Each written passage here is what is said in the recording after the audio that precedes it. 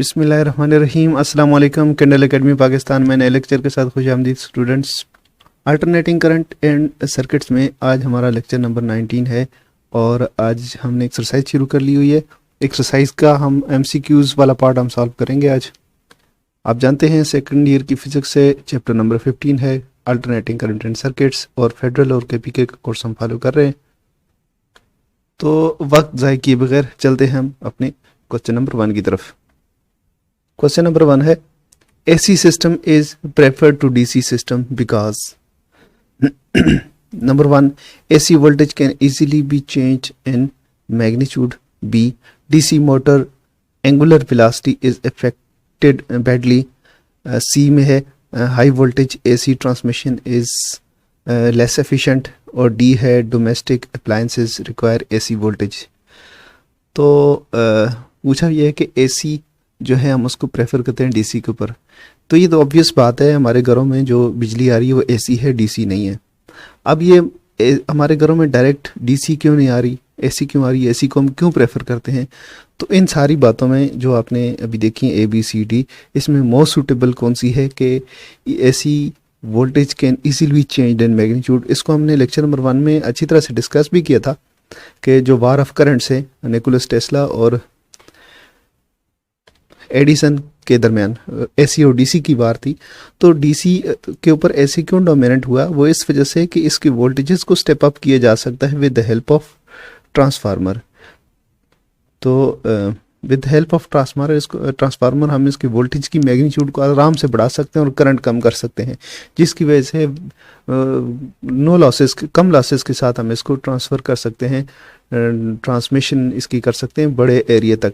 क्योंकि करंट जब कंडक्टर में से फ्लो होता है तो उसमें हीट एनर्जी के फिर होती as a heat energy dissipate होती है, इलेक्ट्रिकल एनर्जी हीट में कन्वर्ट हो जाती है। तो जब हम वोल्टेज बढ़ा देते हैं तो क्या होता है, करंट कम हो जाता है। करंट की वजह से, करंट के कम होने की वजह से लॉसेस कम है। तो वोल्टेज का आसानी से चेंज कर देना ट्रांसफार्मर की मदद से, तो ये एसी में मुमकिन है, डीसी में नहीं है। कुछ केसेस हैं डीसी टू डीसी कन्वर्टर्स, लेकिन हम किलो वोल्ट्स इवन लाखों वोल्ट तक भी बना लेते हैं एसी के। तो ये सिर्फ एसी इस वजह से प्रेफर्ड होती है। बाकी इसमें तीनों बातें बिल्कुल इरेलेवेंट हैं। फर्स्ट जो है वो करेक्ट है, तो हम फर्स्ट वाली को टिक कर देते हैं। नेक्स्ट क्वेश्चन है a capacitor is perfectly insulator for direct current, alternating current, direct as well as alternating current, none of this. तो कैपेसिटर जो है परफेक्टली इंसुलेटर किसके लिए होता है? एक तो आप ये देख लें कि कैपेसिटर का सिंबल ये है और इसमें कोई इलेक्ट्रिकली यहाँ से कोई रास्ता नहीं है कि यहाँ से इलेक्ट्रिकली चार्जेस जो है ना वो ट्रांसफ़र हो जाएं। इस ये बीच में डाइलेक्ट्रिक होता है जो कि इंसुलेटिंग मटेरियल है। एसी कैपेसिटर से पास हो जाती है और कैपेसिटर की अगर हम इक्वेशन देखें, एक्स सी 1/2 पाई एफ सी एफ आर। तो हम इसमें पुट कर लें, अगर फ्रीक्वेंसी हम पुट कर दें 0, एफ इज इक्वल टू 0, तो डीसी की फ्रीक्वेंसी जो है वो 0 होती है। तो अगर हम इसमें पुट कर देते हैं तो X C is equal to 1/2 pi multiplied by 0। तो ये 1/0 की कंडीशन आती है जो कि इनफाइनाइट हो जाती है। तो इनफाइनाइट क्या होता है? इंसुलेटर। इनफाइनाइट रेजिस्टेंस किसकी होती है? इंसुलेटर की होती है। तो कैपेसिटर किसके लिए इंसुलेटर होता है? डीसी करंट के लिए, डायरेक्ट करंट के लिए। तो एसी तो कैपेसिटर से पास हो जाती है, क्योंकि आप देखें यहाँ से फ्रिक्वेंसी आप बढ़ाना शुरू करते हैं तो एक्स सी कम होना शुरू हो जाती है। तो इस वजह से आप डीसी के लिए क्या होता है, कैपेसिटर ओपन होता है, ओपन सर्किट बिहेव करता है, और एसी के लिए वो उसकी रेजिस्टेंस कम हो जाती है। तो इसमें से पहली वाली ऑप्शन जो है वो दुरुस्त है, तो हम इसको टिक कर लेते हैं। नेक्स्ट क्वेश्चन है the peak value of alternating current is 5 × 2 square root ampere. RMS value of the current will be 5 ampere, 2.5 ampere, 2 × 2 square root ampere, और ये 5 2, ये भी कोई ऐसी वैल्यू लिखी हुई है रैंडम। मतलब रॉन्ग है। तो हम देखते हैं हमारे पास जो फार्मूला है आरएमएस वैल्यू का, आरएमएस वैल्यू का हमारे पास फार्मूला होता है RMS is equal to V max upon two square root, sorry two square root, ऐसे होगा। तो अगर हम इसमें वी मैक्स ये जो दी गिवन है मैक्सिमम वैल्यू दी हुई है, पीक वैल्यू, तो पीक भी पुट कर सकते हैं। तो आरएमएस हम फाइंड करते हैं, इसके अंदर पुट कर दें आप 5 into two square root divided by two square root. तो ये तो पता नहीं पाई कैसे आ जाता है, बहरहाल ये कैंसिल हो गया। आरएमएस किसके बराबर होगा, 5 एम्पेयर के। तो इस तरह से आपका ये कंसेप्ट अगर क्लियर हो तो इसको आप सॉल्व कर सकते हैं। मैक्सिमम पीक वैल्यू अगर आपको पता हो तो आरएमएस निकाल सकते हैं, टू स्क्वायर रूट के ऊपर डिवाइड करने से आ जाएगा। तो इसमें पहले वाली दुरुस्त है ऑप्शन, तो इसको हम टिक कर लेते हैं। In choke coil the reactance XL and resistance R क्या है जी, XL equal to R. Choke coil में क्या होता है, एक्सएल आर के इक्वल होता है, XL less than R equal to R, XL much greater than R, और एक्स जो है वो इन्फिनिटी के बराबर है एक्सएल, यहाँ पे एक्सएल होगा। तो क्या होता है, इंडक्टर कॉइल या चोक कॉइल जब हम डिजाइन करते हैं तो हमारी कोशिश ये होती है कि उसकी इंडक्टिव रिएक्टेंस जो है, उसकी जो रेजिस्टेंस है, जो ओमिक रेजिस्टेंस है जो कंडक्टर की वजह से, उससे बहुत ज़्यादा हो। तो ये वाली ऑप्शन दुरुस्त है, इसको टिक कर लें। ये हमने चोक कॉइल में पढ़ा था, या अपने क्यू फैक्टर वाले में पढ़ा होगा कि उसमें क्यू की पीक कब आई होती है, कि जब आपकी रेजिस्टेंस जो है मच लेस देन हो एक्स एल के। तो इस वजह से आपको ये पीक आपको मिलती है बहुत अच्छे से। तो इंडक्टर जो कॉइल होती है, चोक कॉइल होती है, उसमें आपकी रेजिस्टेंस बहुत कम होती है, इंडक्टिव रिएक्टेंस बहुत ज़्यादा होती है। तो ये दुरुस्त है। नेक्स्ट देख लेते हैं। नेक्स्ट क्वेश्चन है, in L R C series circuit the capacitance is made 1/4 when in resonance, then what should be the change in inductance so that the circuit remains in resonance। ये कह रहे हैं कि अगर आपके पास सर्किट है, capacitance, inductance और resistance, ये तीनों चीज़ें लगी हुई हैं और ऐसी आपने अप्लाई किया हुआ है, सर्किट किस हालत में है, रेजोनेंस में, यानी एफ आर रेजोनेंस फ्रिक्वेंसी से पास कर रही है। तो इस दौरान आप इसको छेड़ लेते हैं, कितना, ये सी जो है इसको आप छेड़ते हैं, कितना कर देते हैं, 1/4 सी कर देते हैं। नई वैल्यू सी प्राइम है जो कि 1/4 सी के बराबर है। तो इंडक्टर जो है वो एल, उसके साथ क्या होगा, तो ये देखने के लिए हमें इसकी लिखनी पड़ेगी फ्रीक्वेंसी का formula 1/4 pi L C square root, 1/2 pi L C square root. ये एल सी स्क्वायर रूट के अंदर आ गया। तो आपने अगर फ्रीक्वेंसी कांस्टेंट रखनी है और इसमें आपने ये फैक्टर छेड़ लिया, तो इसको इतना छेड़ना पड़ेगा कि ओवरऑल ये डिस्टर्ब ना हो, ये स्क्वायर रूट के अंदर जो एल सी है ये सेम रहे। तो अगर आपने इसको 1/4 कर लिया है, कि कैपेसिटेंस को 1/4 कर लिया है, तो इंडक्टेंस को 4 टाइम्स बढ़ाना पड़ेगा, ताकि ये जो है इसका जो प्रोडक्ट जो है वो सेम रहे। यानी सी प्राइम जो है आपने किया है सी प्राइम 1/4 सी, तो एल प्राइम क्या होगा, एल प्राइम 4L होगा। तो इनको आपस में फिर आप मल्टीप्लाई करें, 1/4 सी मल्टीप्लाइड बाई 4L, तो ये कट के फिर LC रह जाएगा। तो ये तब भी सेम रहेगी फ्रीक्वेंसी, वरना फ्रीक्वेंसी चेंज हो जाएगी। तो आप एक को जितना भी आप चेंज करेंगे, दूसरे को उसके अकॉर्डिंगली चेंज करना पड़ेगा ताकि फ्रीक्वेंसी सेम रहे। अगर आपने फ्रीक्वेंसी सेम रखनी है तो पहले वाला क्वेश्चन, पहली वाली ऑप्शन में 4 टाइम्स है, 1/4 टाइम्स, 8 टाइम्स, 2 टाइम्स, तो लामला ये दुरुस्त है, इसको टिक कर लेते हैं। क्वेश्चन नंबर 6 है, ऐसी system we generate the sine wave form, और उसकी वजह क्या है, it can easily be drawn, it produces least disturbances in electrical circuit, it is natural standard, other waves can not be produced easily. तो AC का मतलब alternating current, तो alternating wave तो ऐसे भी हो सकती है, ये भी ऐसी वेव फॉर्म है। अगर यूं हम समझें कि ऐसे कोई वेव आ रही है तो ये भी ऐसी है। लेकिन हम जो यूज़ करते हैं ऐसी, वो परफेक्ट साइन वेव क्यों यूज़ करते हैं, उसकी ये 4 रीज़न लिखी हुई हैं। इनमें से कौन सी दुरुस्त है? इनमें से दुरुस्त ये है, it produces least disturbance in electrical circuits, ये वाली दुरुस्त है। उसकी वजह ये है कि जब अब्रप्ट चेंज आती है तो यहाँ पे ओवरशूट होता है और फिर रिंगिंग होती है, फिर स्टेबल, फिर जब ये नीचे जाएगा वेव जाएगी तो फिर यहाँ पे भी ऐसे ओवरशूट आएगा और रिंगिंग होगी।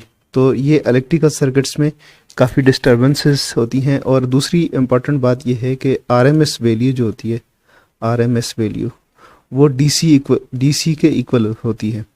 जिस तरह हमारे पास 220 है, 220 हमारे पास वोल्टेजेस जो आ रहे होते हैं 220, ये आरएमएस वैल्यू होती है जो मीटर हमारा पड़ता है। तो 220 ये डीसी इक्वलेंट है। किसी भी अप्लायंसेस को अगर आप देते हैं तो ये डीसी के इक्वल बनता है। अगर आप इसको रेक्टिफाई करेंगे तो आपको 220 वोल्ट डीसी मिलेंगे। तो ऑप्शन नंबर 2 करेक्ट है, तो इसको हमने टिक कर लिया। नेक्स्ट पे चलते हैं। क्वेश्चन नंबर 7 है, phase difference between current and voltage at resonance is 0, pi, minus pi, पाई.2। भाई देखें, रेजोनेंस का मतलब क्या होता है? To be in step with, यानी ये वो फ्रिक्वेंसी है होती है जिसमें वोल्टेज और करंट दोनों इन फेज हो जाते हैं, उनमें कोई भी फेज डिफरेंस नहीं होता, उनके ज़ीरो सेम टाइम पे, यानी वेव शुरू होती सेम टाइम पे ख़त्म होती, सेम टाइम पे मैक्सिमम पॉइंट, यानी सारे उसकी जो वैल्यूज़ होती हैं उनको सेम टाइम पे अप्रोच कर रही होती है। तो जो फाई होता है, फाई ये ज़ीरो होता है, यानी phi is the phase difference. तो अगर आपके पास सर्किट हो, ये सर्किट आपके पास है इंडक्टर, कैपेसिटर और रेजिस्टर, तो इसमें अगर आप कोई भी फ्रिक्वेंसी आप इसमें से पास करते हैं तो करंट और वोल्टेजेस का आपस में फेज डिफरेंस बनेगा, कुछ न कुछ रहेगा। लेकिन एक फ्रिक्वेंसी जो कि FR जो कि रेजोनेंट फ्रिक्वेंसी कहलाती है, उस फ्रिक्वेंसी के लिए वोल्टेज और करंट आपस में इन फेज होंगे, बाकी किसी भी फ्रिक्वेंसी के लिए सेम नहीं होंगे, ये चेंज होगा। तो फाई की वैल्यू कुछ ना कुछ होगी हर फ्रिक्वेंसी के लिए, मास वाई रेजोनेंस फ्रिक्वेंसी के लिए। तो पहला जवाब दुरुस्त है कि रेजोनेंस फ्रिक्वेंसी के लिए फेज डिफरेंस क्या होता है? 0। इसको टिक कर लेते हैं। नेक्स्ट क्वेश्चन जो हमें दिया हुआ है वो है, an alternating voltage is given by 20 sin 157 t, the frequency of the alternating voltage is. तो इसकी ऐसे समझनी है कि हम इसको सॉल्व करेंगे। तो आपके पास यहाँ पे क्या है, इंस्टेंटेनियस वोल्टेजेस आपके पास गिवन है 20 sin 157 t। इस इक्वेशन को हम जनरलाइज करते हैं। जनरल इक्वेशन हमारे पास क्या होती है? V is equal to instantaneous, V क्या इंस्टेंटेनियस है? V max sine omega T. तो हमें फ्रिक्वेंसी यहाँ से मिलने वाली है, लिहाजा V मैक्स जो है वो 20 वोल्ट, इसका जो पीक वैल्यू है वो है 20 वोल्ट। तो हमें ये नहीं चाहिए, हमें फ्रिक्वेंसी सॉल्व करने के लिए ये चाहिए, यानी साइन ओमेगा टी इस इक्वेशन में किसके इक्वल है? V के इक्वल है, V मैक्स 20 के इक्वल है, हमें कोई मसला नहीं है। तो ओमेगा टी किसके इक्वल है? 157 टी के। तो यहाँ से निकालें ज़रा, ओमेगा टी किसके बराबर बनता है? 157 टी के। और यहाँ से टी भी कैंसिल हो गया आपका, तो आपके पास ओमेगा आ गए 157 ओमेगा, ये एंगुलर वेलोसिटी आपकी आ गई है। तो अब एंगुलर वेलोसिटी से फ्रिक्वेंसी निकालना मुश्किल नहीं है। ओमेगा किसके बराबर होता है? 2 पाई एफ के बराबर होता है 157। तो आप इसमें निकाल सकते हैं 157 अपॉन 2 इंटू 3.14। ये सॉल्व करें, इसको डिवाइड करें तो फिर 25 हर्ट्ज बनता है ये। तो इसमें कौन सी ऑप्शन दुरुस्त है? 50 हर्ट्ज, 25 हर्ट्ज, 100 और 75। तो ये दुरुस्त है, इसको टिक कर लेते हैं। 25 हर्ट्ज, ये 25 हर्ट्ज से थोड़ा सा कम बनता है, 25.9 आई थिंक बनता है, आप कैलकुलेट कर लीजिएगा। लेकिन करीब तरीन जो आंसर है वो 25 हर्ट्ज है, तो इसको हम इसलिए टिक कर रहे हैं। इन LR सर्किट, ऐसा सर्किट जिसमें रेजिस्टेंस और इंडक्टेंस हो, इंडक्टर और रेजिस्टर दो लगे हुए हो, तो in LR circuit which one of the following statement is correct. कोई बात नहीं है, L and R oppose each other, ऐसा नहीं है, L R अपोज नहीं करती, C और L अपोज करते हैं, ये तो गलत होगी। R value increases with frequency, जी नहीं, रेजिस्टेंस कभी भी फ्रिक्वेंसी पर डिपेंड नहीं करती, ठीक है, और ना ही इंडक्टेंस और ना ही कैपेसिटेंस करती है, वो इंडक्टिव रिएक्टेंस और कैपेसिटिव रिएक्टेंस कर रही होती हैं। तो रेजिस्टेंस भी फ्रिक्वेंसी पे डिपेंड नहीं करती, और inductive reactance decreases with frequency. ये हम क्या होता है, फ्रिक्वेंसी डिक्रीज करें तो इंडक्टिव रिएक्टेंस डिक्रीज होती है, इसको सोच ले सकते हैं। Inductive reactance increases with frequency, तो इन दो में से कोई एक चीज़ है, तो इसको हम सॉल्व कर लेते हैं। वैसे हम डायरेक्ट बता सकते हैं, लेकिन हम सॉल्व करेंगे इसको। तो एक्स एल किसके बराबर होता है, 2 पाई एफ के बराबर होता है। तो अब आप देखें कि ये कांस्टेंट है, 2 पाई एफ एल ऐसे है। तो अगर हम इसको कांस्टेंट, ये तो कांस्टेंट है, इसको भी कांस्टेंट कर लें, तो X L directly proportional to F हो जाएगा, फ्रिक्वेंसी के डायरेक्टली प्रोपोर्शनल। यानी फ्रिक्वेंसी कम करें, फ्रिक्वेंसी कम करें, फ्रिक्वेंसी कम करें, इंडक्टिव रिएक्टेंस कम हो जाएगी, फ्रिक्वेंसी बढ़ा दें, इंडक्टिव रिएक्टेंस भी बढ़ जाएगी। तो ये दुरुस्त है। इन दो में से हमने कहा था कि इन दोनों में से एक दुरुस्त है, तो कौन सी दुरुस्त है, inductive reactance decreases with frequency, यानी फ्रिक्वेंसी कम करेंगे तो इंडक्टिव रिएक्टेंस डिक्रीज होगी, तो दुरुस्त है, इसको टिक कर लेते हैं।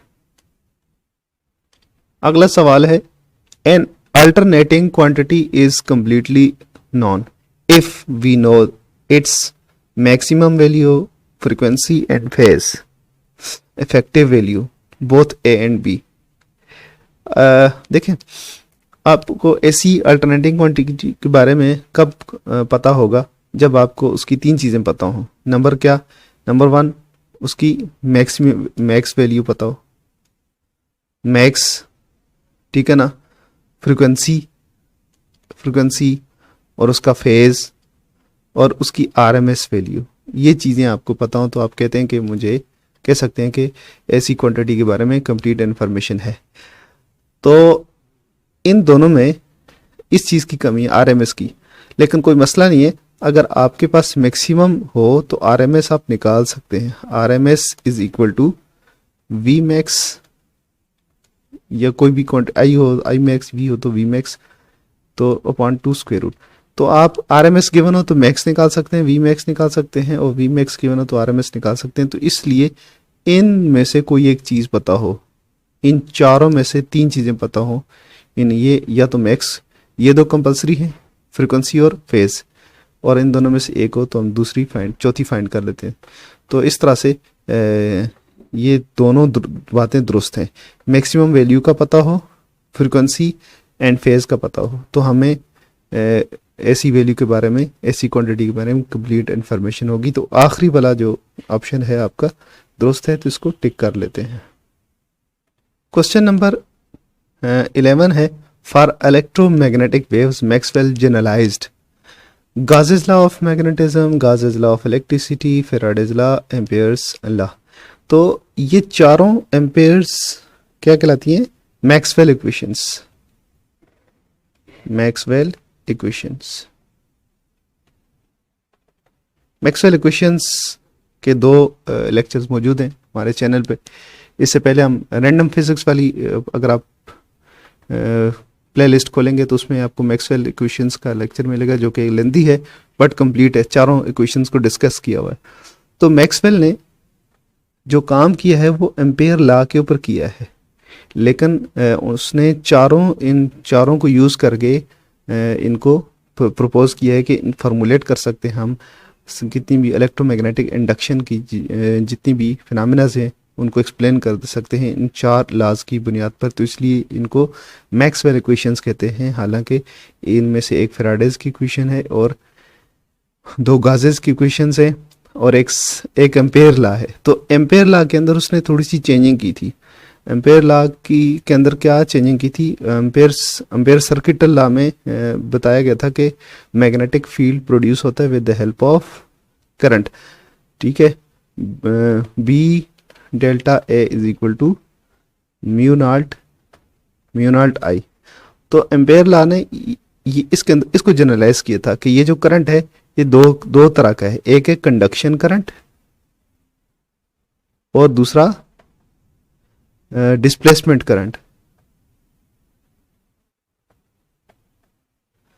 तो इसको जनरलाइज किया था एम्पेयर्स लॉ को, और इसकी वजह से इस लॉ को कहते हैं एम्पेयर मैक्सवेल लॉ, जो इसकी मॉडिफाइड फॉर्म में एम्पेयर